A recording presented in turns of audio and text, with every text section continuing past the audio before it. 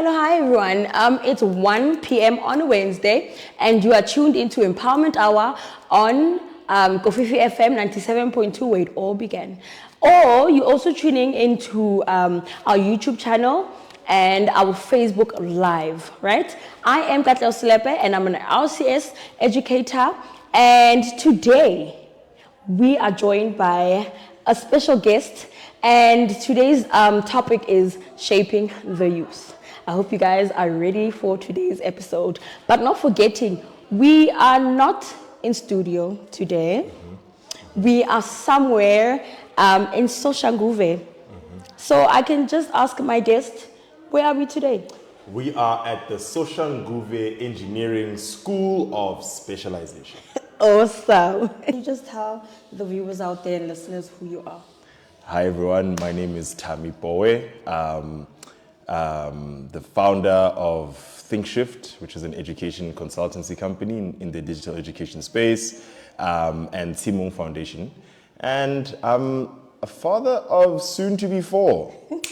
Husband and father of soon-to-be 4. Yes. So our first question, Tami, is can you tell us more about yourself and your family? Well, I'm a kid from a combination of mining towns. I'm from the Vaal, Vereeniging, the Sebokeng area. Also grew up in Randfontein. That's where I have my family as well. Okay. That's how you and I know each other. They gotta know that, like, we go way back. We go way back. Yes, yes. Yeah, but right now I've got a small family that's expanding. So I've got my firstborn son, Marua Pula, and my subsequent 3 daughters. My wife is pregnant with twins right now, and then I've got a secondborn. So my son is special needs, so he's a child on the autism spectrum. So I guess when the opportunity came about, I was just more than happy to come onto the platform that does such important work. Is it? So I'd like to know how did you take it when you were told or you had an idea of your son being on the spectrum? It's very interesting because I think it's very important to just try to contextualize that moment and that season in our lives. So I personally had no idea what autism was. Yeah. I had no clue, right? I've always had, I guess, very specific perceptions of my son, right? Yeah. I think at the time he was 2 going on 3, and he wasn't using any functional language. Okay. And again, these are terms that I've come to learn now, right? Functional versus non-functional language and all those kinds of things. So he wasn't, for example, saying water because he's thirsty for water.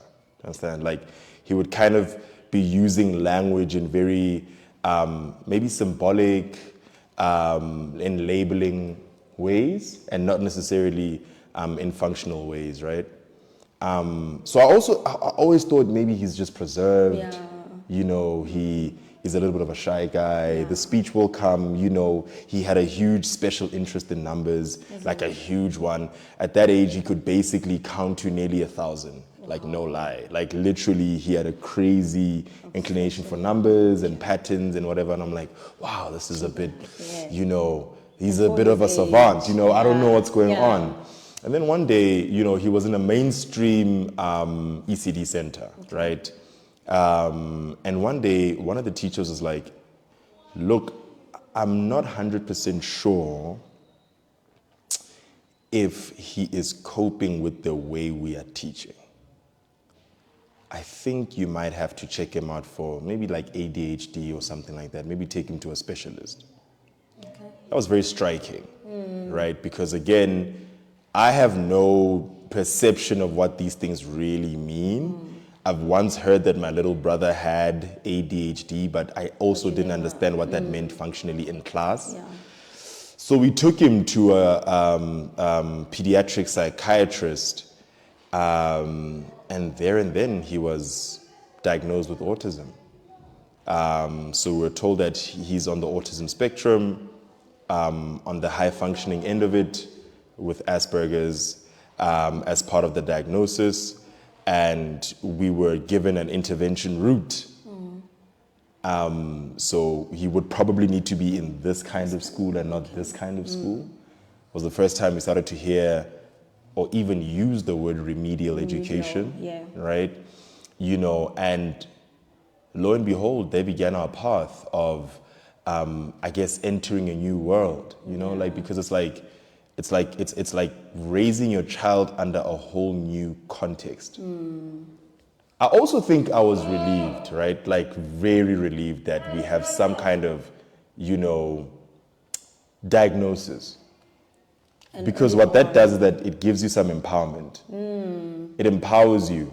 You now know what to do, right? Because at least there are people like RCS, etc., that have charted the way forward for parents. There's a whole ecosystem to help with treatment and all those kinds of things, right? So that has since been my journey with autism. Right now, he's still at a specialist center. He's doing what is called deferred CAPS, where he's doing CAPS over a prolonged period of time, essentially preparing him for grade 1. And by the time, at a certain point, there will be a decision on whether or not he will continue on the CAPS route in a remedial setting or vocational. But getting there psychologically as parents has been a journey. Speaking of journeys, what has been your biggest challenge in that journey? Oh man, I think my biggest challenge in this journey has been kind of letting go of my fixed biases of what I thought my son would be.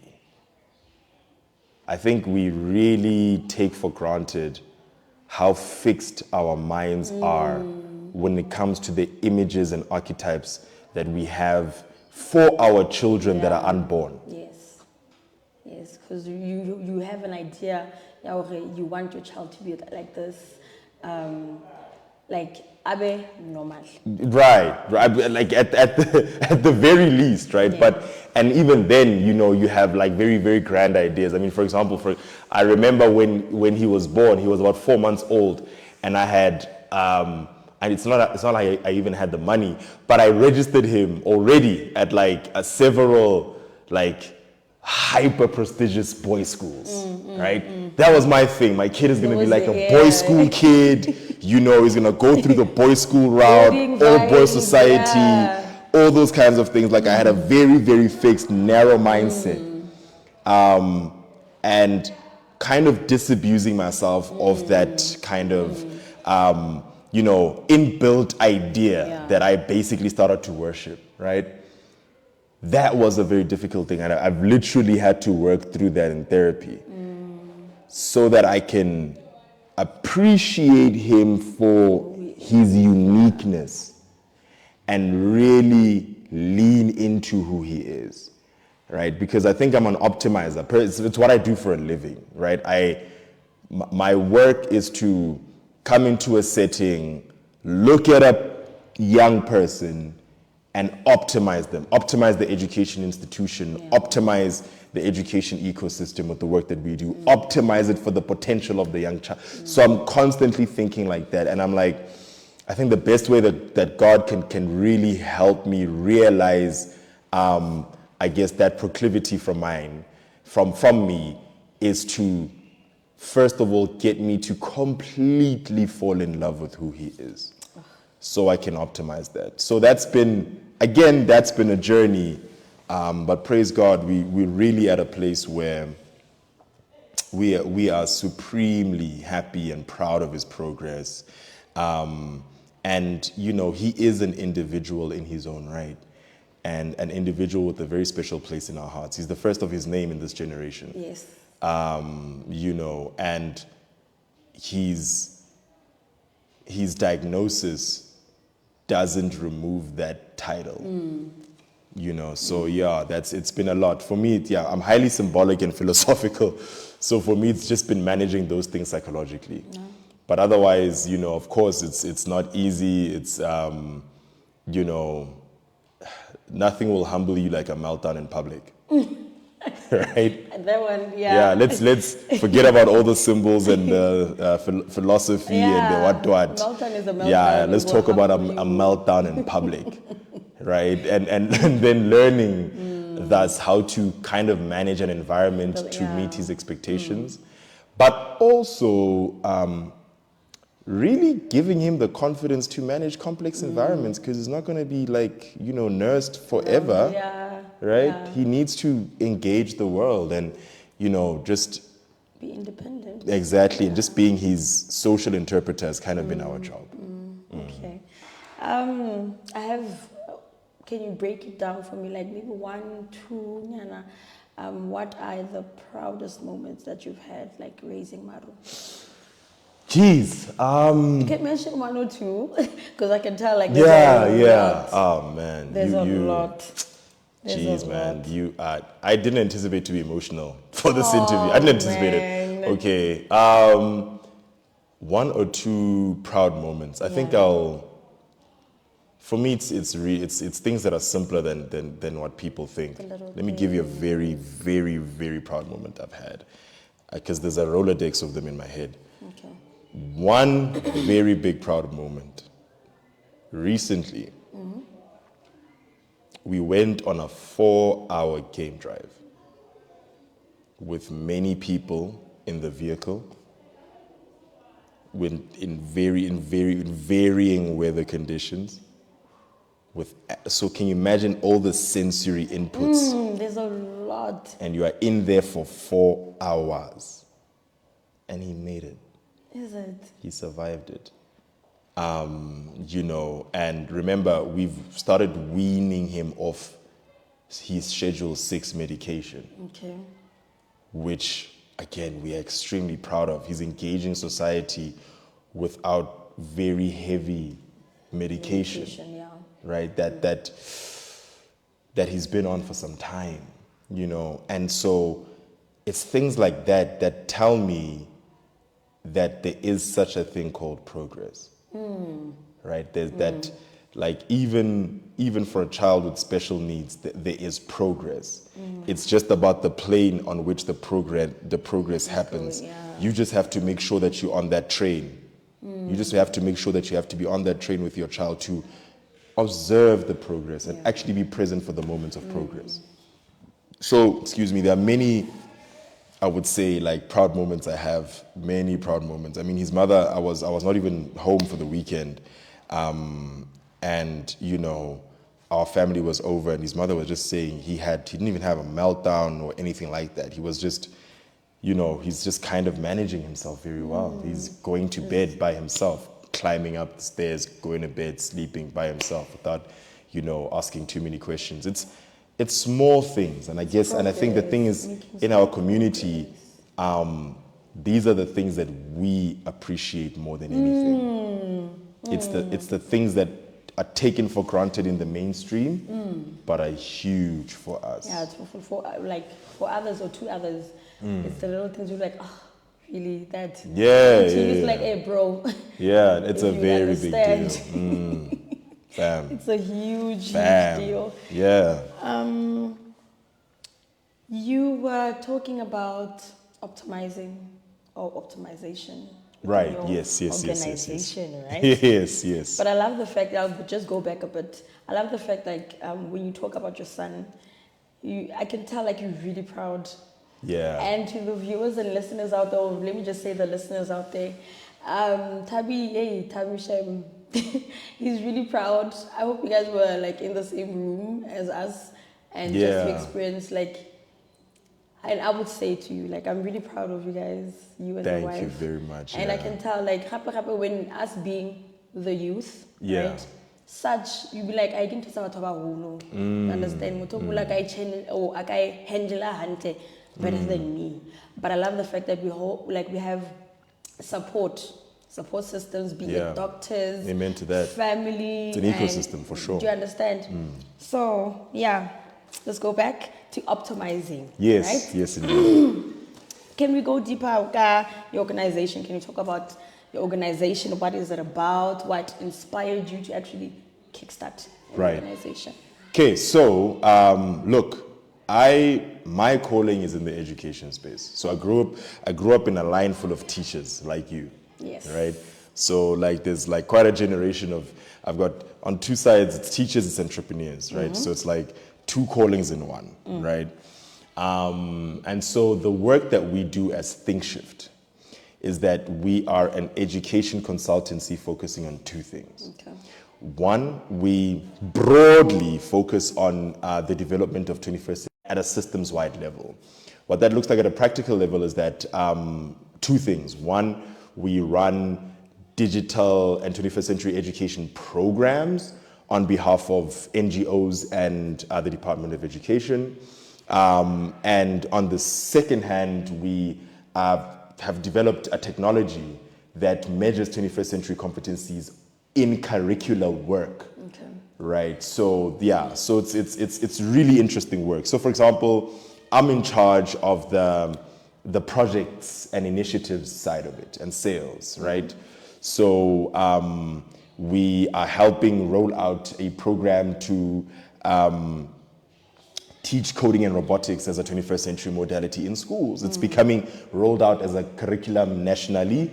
We're starting with 1,000 schools, which are the 1,000 pilot schools that are earmarked by DBE, and we are helping them implement this thing. And right now, in fact, while we are here, the school that you're looking at is a school that is actually part of that program. Okay. It's one of 1,000 schools that is part of that program itself, that is demonstrated an immense amount of excellence in the space of coding and robotics, STEM education, technical learning, and all those kinds of things. So yeah, that's my work. We work with thousands of teachers, thousands of schools, thousands of learners, 62,000 to be exact. And like I said, it really stems from an innate, God-compelled sense to help children reach their potential. It starts with an ability, and you know this as a teacher, you get to look at 8 children in the face. Yes. And you do that for the individual 8 children. You actually manage their destiny on a daily basis. And it moves from there to 2 classrooms. Now you're an HOD of blah, blah. Now you're in charge of the destinies of more. Now you're a principal and you blah, blah, blah. Then you're moving from that to a circuit, from a circuit to a district, from a district to etc. So our work really our ambition is the optimization of 13 million children in the education system. That's our ambition. But we're doing it step by step with initiatives and projects that the Lord gives us as He does. Willingly, yeah. Okay. The programs that you guys have, Kappa, the skills that you guys have in your organization, can you just break them down for us? Right. So, geez, you're talking from a programs point of view, like, so the kind of programs we run. Yes. So, for example, we run predominantly from a programs perspective, we run education in coding and robotics, so STEM programs, and programs from a entrepreneurship point of view, right? So, and also, programs from a citizenship point of view. So we teach you how to be an entrepreneur, we teach you how to be an active citizen, and we teach you how to be proficient in the STEM world through coding and robotics. And all of those things have to do with the curriculum itself. And then on the other side, we take the curriculum and mine critical competencies from it. So for example, in a given maths problem, where do we identify the use of critical thinking and how do we measure it? So that's the more complex work. But from the simpler work perspective, we actually work with teachers and learners to help them build, in these modalities of entrepreneurship, citizenship, and STEM, particularly looking at coding and robotics. So for example, here, the main focus is coding and robotics. And some of the things you might see here have to do with some of the work that we would have to do with. Do you see what I'm saying? Yeah. So for example, we teach a kid to assemble a robot. And we teach the kid to complete a mission using that robot. But we also teach the kid to build a mission by identifying their variables themselves without necessarily us giving them the template. Yeah. Okay. It's step by step. Kerata, the fact that you guys allow them to actually build Yeah, yeah, yeah. and also problem solve themselves instead of like just babying them like as normal as teachers would do. Absolutely, Right? absolutely. Let's see. How does the organization help Kappa include the youth with special needs?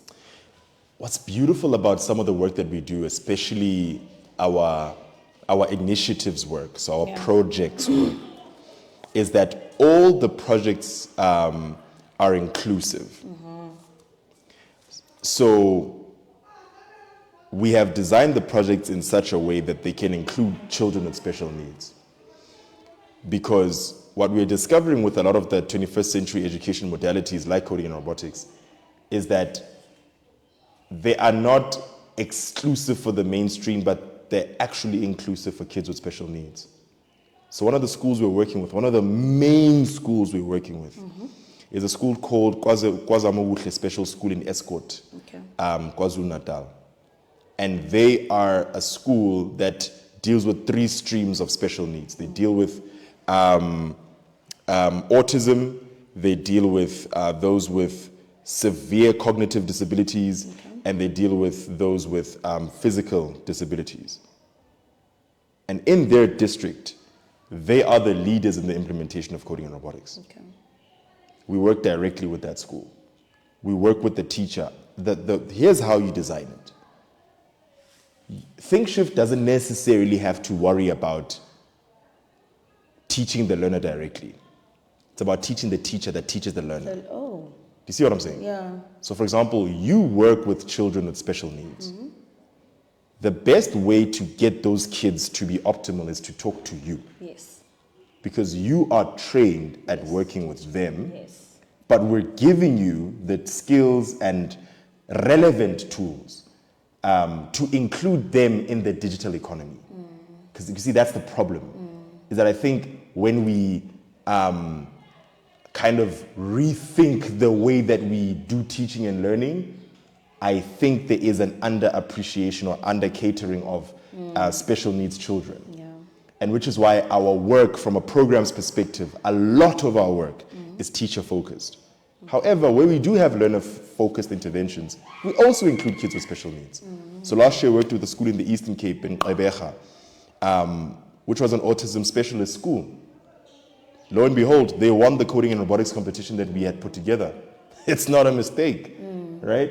It's because, again, you're working with people that are deliberately in that space, but as well, consulting the school on, hey man, how do I best get this environment to cater for your kids' needs? Okay. He's like, okay, look, my kids have sensory issues. My kids have, this issue, this issue, this issue. This is how you can optimally make it inclusive for them. Okay. Fantastic. Let's run the program. Hey, and they win, right? So yeah, so again, special needs isn't our specialty, but it is certainly, by design, part of our inclusion in all of our programs. Okay. I'd like this just a side questioning, Anna. Do schools approach you guys, or do you outsource, like go out to schools? Both. Okay. Both. So for the most part, for our interventions work, it usually depends on the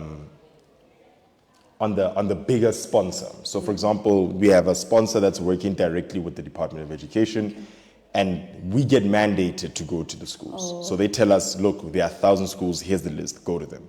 Okay. Right? But we also run programs where schools can approach us. Okay. And we're also, as of last week, selling STEM education items through our other business, Next Level Investments, where we actually sell coding and robotics products and actually train schools in the use of those products themselves. So, shameless plug.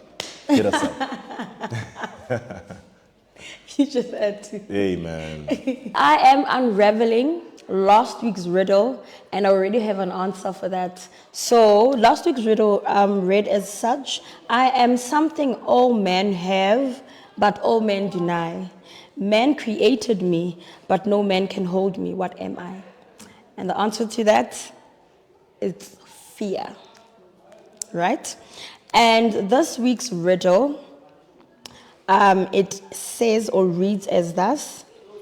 In a bus, there is a 26-year-old pregnant lady, rather, a 30-year-old policeman, a 52-year-old random woman, and the driver who is 65 years old. Who is the youngest? I'll read it again. In a bus, there is a 26-year-old pregnant lady, a 30-year-old policeman, a 52-year-old random woman, and the driver who is 65 years old. Who is the youngest? So you guys will be dropping off your answers rather on the voice, or send a voice note to this number. It's 068 040 1616. So we'll be waiting for your answers. Also, to mention, RCS has an educational program, right? It is named EduShare. So EduShare has a blog, or a video rather, and that video is found on our website. So please, guys, do go into that website and just view it.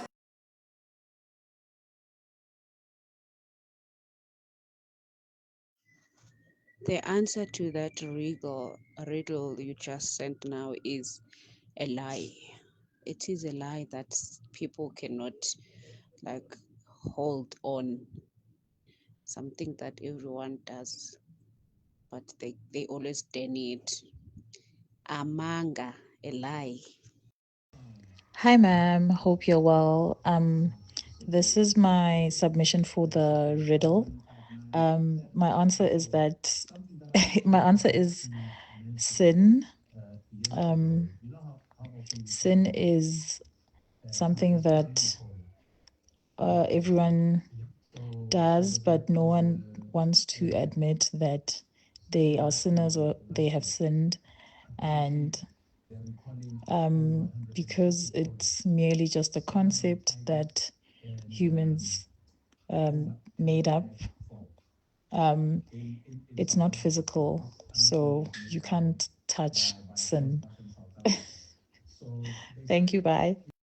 Hi, Teacher Portia. The answer to the riddle is a lie. The answer to the riddle is fat. Fat. I think it's time. I don't know. Okay, Mina, I think it's lies. Amanga, like banamavunwa abantu lava.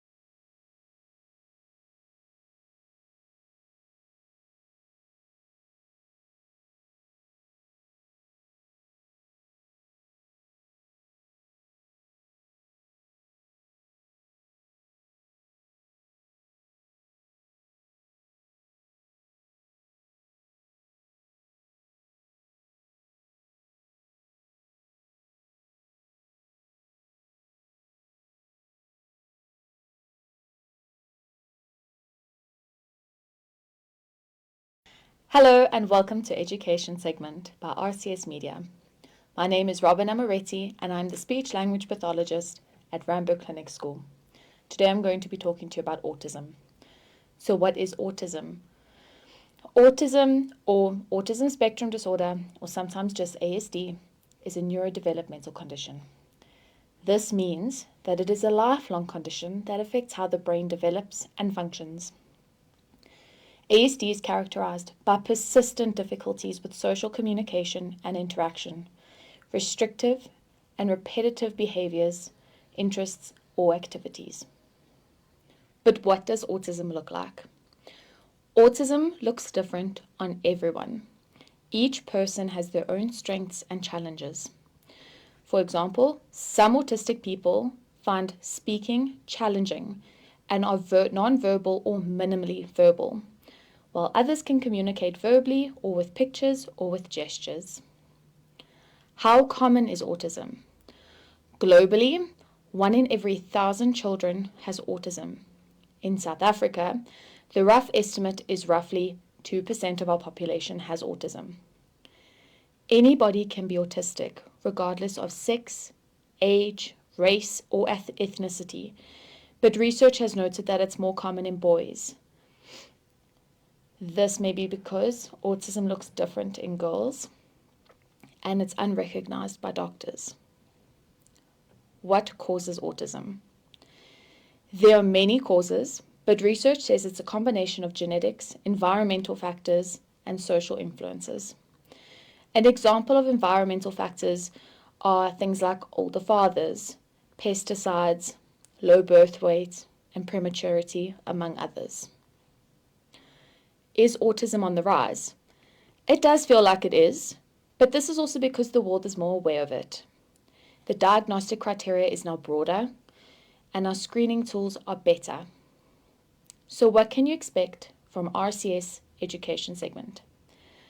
We hope to provide a platform for learning about ASD, as well as tips and tricks on how you can work with children with autism. I hope you enjoyed this video. If you did, please give it a like, share it, and stay tuned for more videos. Hey guys, I'm currently with Mr. Mashiane. He's the principal of our school, or the school. So he will just introduce himself just a bit, and then he'll tell us about the workshop that we're in today. Morning, sir. Morning, ma'am. Yes, how are you doing? I'm okay, and you? I'm good, thanks. Can you just Good. briefly tell us about your school and what is it about from the principal's side? Yes, good morning, everybody. Here is Mr. Mashiani, the principal of Soshanguve Engineering School of Specialization.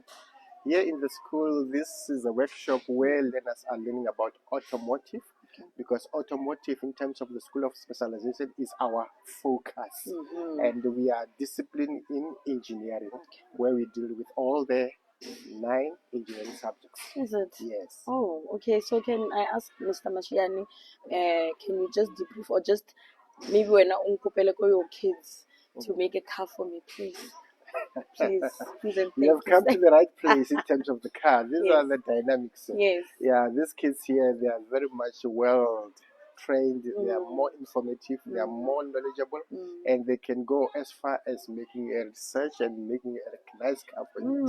And I'm telling you that they are looking forward to copy from Yes. Elon Musk. Oh, yes. Yeah, I'm yes. telling you that Yes. they've done one of the cars. We did a solar powertrain. Okay. Now they've done also the electric car. Oh, awesome. Yes. Sir, can you just quickly just show us around your workshop? And that car, I think there's a car in your workshop that the kids, or your kids have made. Can you also Yes. show us? Yeah, when you look around here, you can see there are some of the gadgets that they learn from. We've got simulators here. Okay. They are using this for practice purposes and to know all the components of the car, starting from the engine, steerings, the shocks, and the brake pads and everything. Everything. And then here we've got one of the engines that was donated by Toyota. Okay. Yeah, is a Land Cruiser engine. They donated us 4 engines. This is a project for 9 girls. They are going to strap this engine and And repack build it that. and build it back again. Wow. And I'm definitely sure that They will do it. Yes, the 9 learners and grade 8 learners. Yeah. They are having this project of the engine. They are doing that engine. Oh wow. So you can see here we've got the wheel balancing machines here. Okay. So we've got almost all the gadgets that one can need in order to make sure that the car comes out here being perfect and well serviced. Okay. And then right down there, we've got one big car there. It's a X3 Mercedes BMW. Yes. Yeah, this one was donated by BMW for the skill development. Oh wow. Yeah, our learners are learning through the new technology and how they utilize it in this car. Wow. It's a brand new car. It was never used anywhere. Yeah, if you can open it, just want to see the leather seat. They're still smelling bread. Brand new. Yes. So I can And see then these are the other lathe machines. You see, yeah, kids are using these lathe machines in order to make some other joints and bolt and nuts. They can manufacture you also the CVs using these lathe machines. So learners, when they leave at school, they come out of school well trained and ready for the market, to job market. Okay. Now underneath here, I don't know whether you can see it clearly. We've got one of our own. So is this the car that the kids have built? Yeah, this is the electric car. Oh, wow. Yeah, the painting, everything was done by these learners here at school. We've got all the pictures that you can see from where it started until where it ended. So it's got some battery here. Okay. In front there, it just closed there. There are 4 batteries there inside, the lithium battery. And when I checked with them last time, they told me that those batteries are almost 96 kilowatts. Yeah, they can drive the motors here at the back here. These motors, we bought them from China. They are almost, they can drive up to, when they say theoretically, they can go up to 360 kilometers per hour. And then they've got hubs inside that they control and adjust it with a computer. And then so that this motor can be maybe to time the speed. I don't know, you can be able to see that. Okay. You see those hubs, man? Yeah, those are the 2 hubs. They are connected to the battery. And at the back there, you can also see the charger there. They can also be charged because since it's an electric charge. Yeah. Yeah, you can plug and anywhere then so that they can charge it. And the battery can travel plus minus, they said, almost 600 kilos before it can be charged. That means you can drive it here from here until Durban. Yeah. And get another station there to charge. So everything, the pattern and the shape and everything was done here at school. We just only got this shell here. Yeah, from one guy, threw it away. Then we asked him to give it. It was just broken, and we just only make sure that we finish it and we repaired it. I wish you could see underneath the chase. The chase is our own made. Yeah, it's our own made, and we have made in such a way that it fits to this car. Yeah. Oh wow, Mr. Mashiani, you guys are doing amazing jobs right I now. wish you could drive it a little bit. Next time. And feel it. Next time. Yeah, because of, this car, it won Batupili Award as one national project of the year. Wow. Yeah, last year. And then right now we are going to present this car at Ethiopia. Oh. Yeah, in one of the functions of the skills, innovation, and technology. Wow. So any project that we develop here at school, it reaches a very, very high standard where people can really appreciate.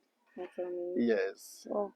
So, Mr. Mashiani, I'd like to know, can people from the outside maybe come and try and get the car serviced here?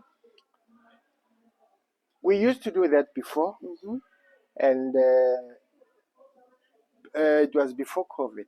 And then after COVID, we suspended everything, and then but we are looking forward again to restart all this project because we want to fundraise. Yeah. So when you have cars and everything, because of we had some Saturday schools where community just attend the classes here at school, and then one of the practicals they used to do is to service the Service cars the from the cars. people and so that Oh. we can just get something Okay. there. Yes, and some of them, they were doing electricity. They used to go outside to fix electricity when the money that were being paid was just only given to the school account. Okay. So it's part of our fundraising to Oh, do those projects. okay. Yes.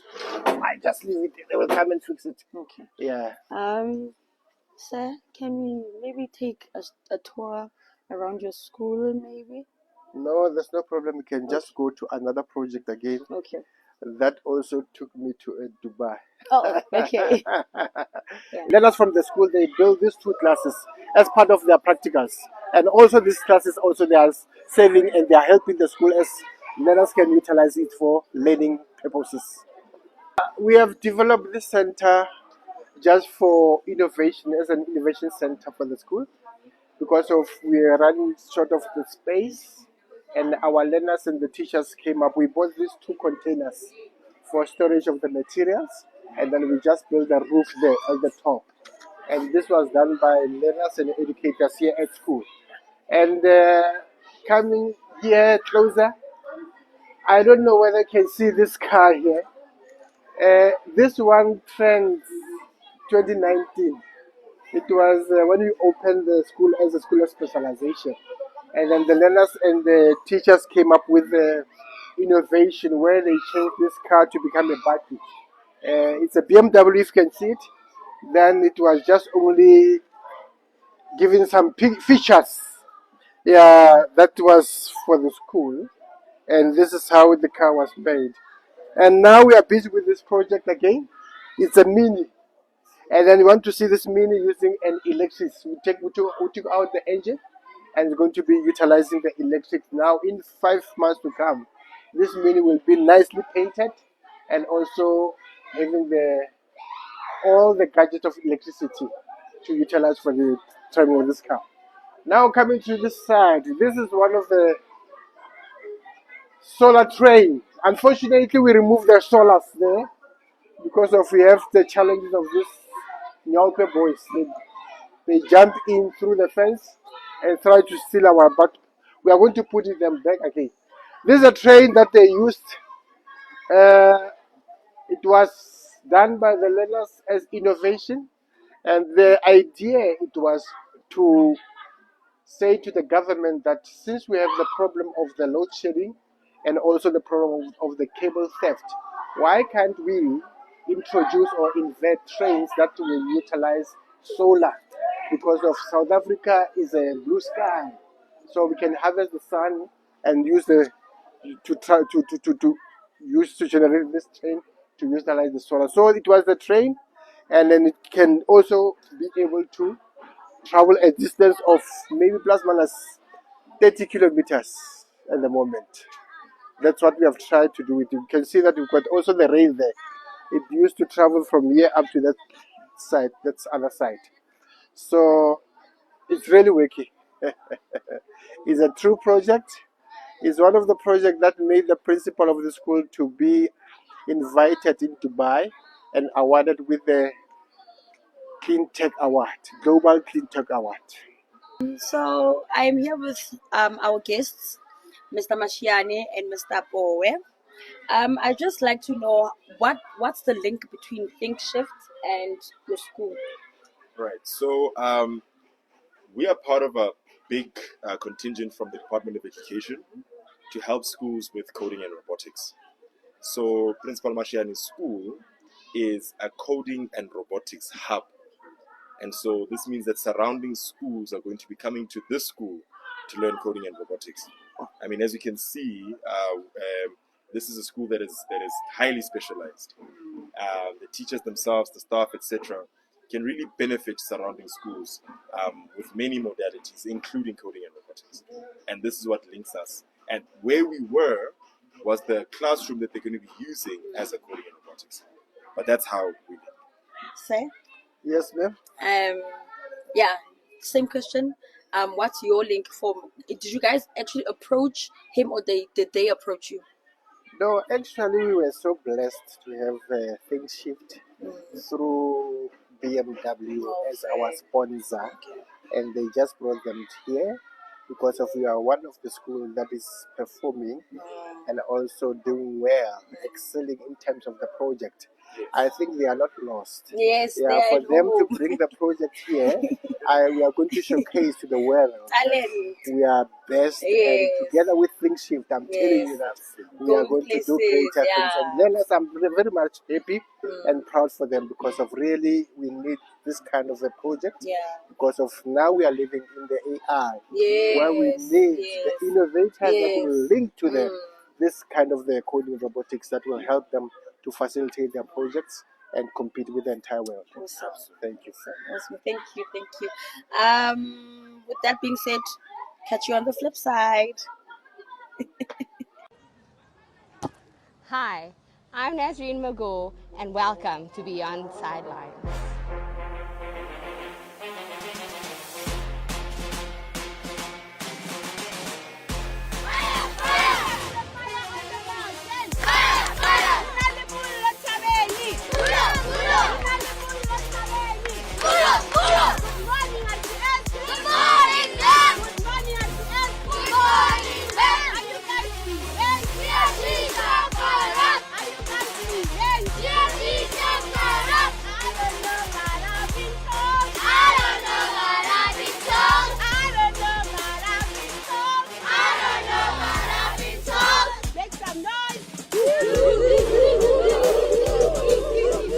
This is SBD.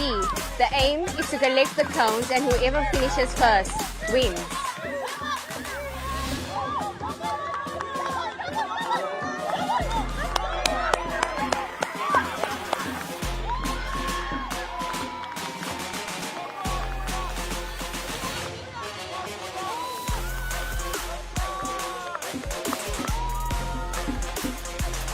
Welcome back. This is one of our races and it's called ball sorting. The learners will each get a color, collect it from here and put it in the black bucket.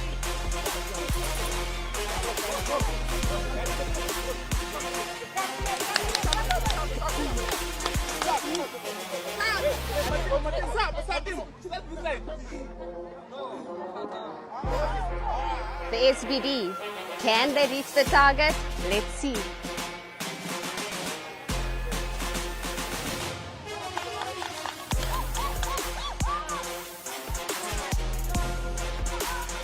Close. Take another one.